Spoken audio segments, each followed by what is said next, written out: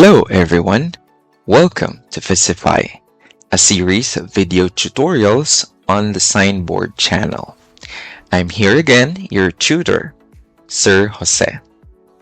In this series, we'll break down physics concepts into simple and easy to understand parts. In this video, let's explore the effects of force. But before we dive in, here's the learning goal for this video. Describe the effects of forces on objects. In the first part of our series on force, you learned that a force exists because of an interaction between objects. It is a push or a pull, and this interaction can change an object's motion. Motion is the most observable effect of force. We are going to identify the effects of forces on objects through a story. In the next activity, you will listen to a short story told one part at a time. At the end of each part, I will ask a question. You will answer it by making an inference. You can write your answers on a piece of paper or post them in the comment section. Before we start, let's familiarize the parts of the bicycle that will be mentioned in the story. Handlebars, brakes, seat or saddle, a pair of pedals, and wheels. And remember the definition of force. Force is a push or a pull that can change the motion of an object. The title of our story is Gage's First Ride.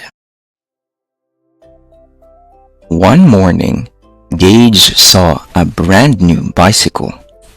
He was so excited. He sat on the seat and put his feet on the pedals. But the bicycle didn't move. It remained motionless. The bicycle is at rest. What should Gage do to make it start moving?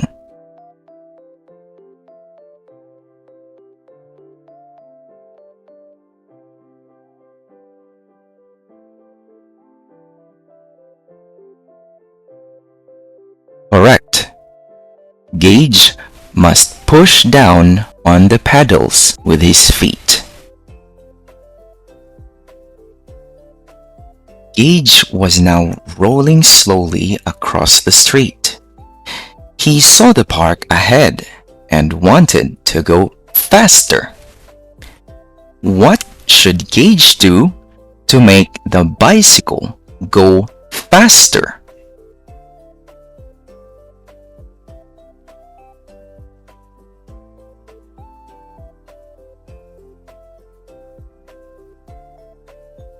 Correct. He must exert more force by pushing down on the pedals harder and faster. Gage was traveling along a straight path that curved to the left. To follow the path, he needed to turn. What should Gage do to change the direction and make the bicycle turn left?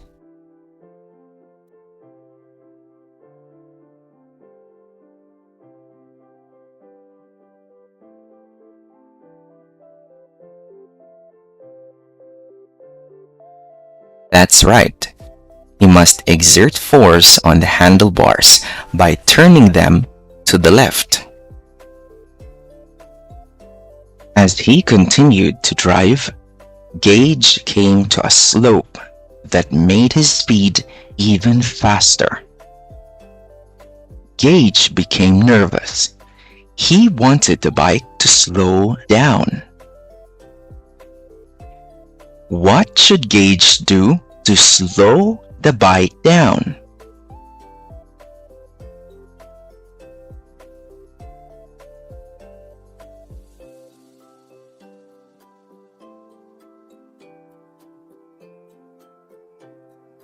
That's right.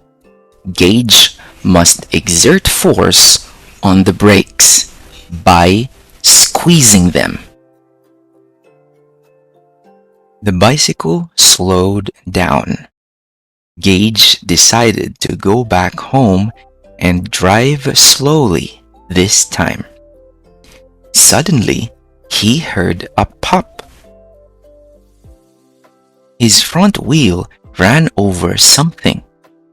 He needed to stop immediately to check what it was. What should Gage do to stop the moving bicycle?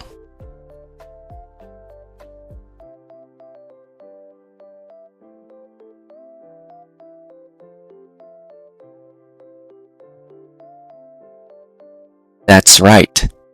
Gage must exert force on the brakes by squeezing them firmly.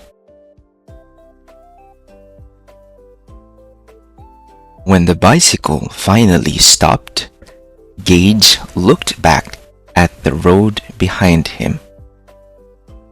Gage saw a ripe mango. Its skin was cracked and its pulp was scattered on the concrete. The mango was completely smashed.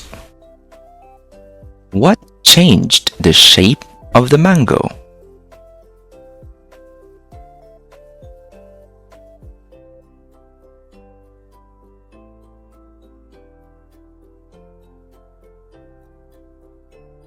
That's right.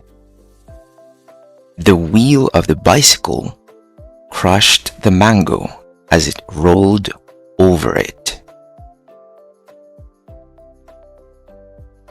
Gage checked his bike to make sure it was fine. With a sigh of relief, he started kicking the pedals and went home happily. Well, that ends our story. I hope you enjoyed it.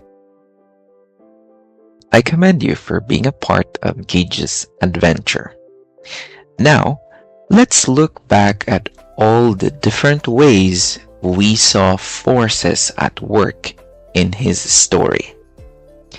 First, a force started the bike moving when Gage pushed the pedals, because initially, or at first, it was at rest, motionless, or not moving.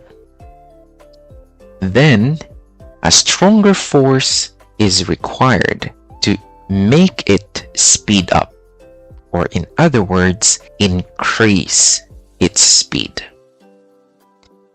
Then, when he turned the handlebars, a force changed its direction.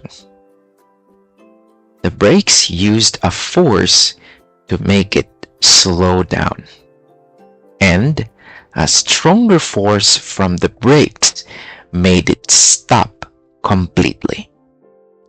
And finally, the force of the wheel changed the shape of the mango by pushing it down. This story shows us that force causes all sorts of changes. So, as a summary, if we apply force on an object, it can make it move, make it stop moving, speed up, slow down, change direction, and even change the object physically in terms of size or shape. Take note that in physics, there is a single term for speeding up of an object, slowing down, and changing its direction. It is called acceleration. In the next video, let's discover the different types of force. If you find this video helpful, don't forget to like and subscribe to our channel and follow us on Facebook. See you in the next part of our video tutorials.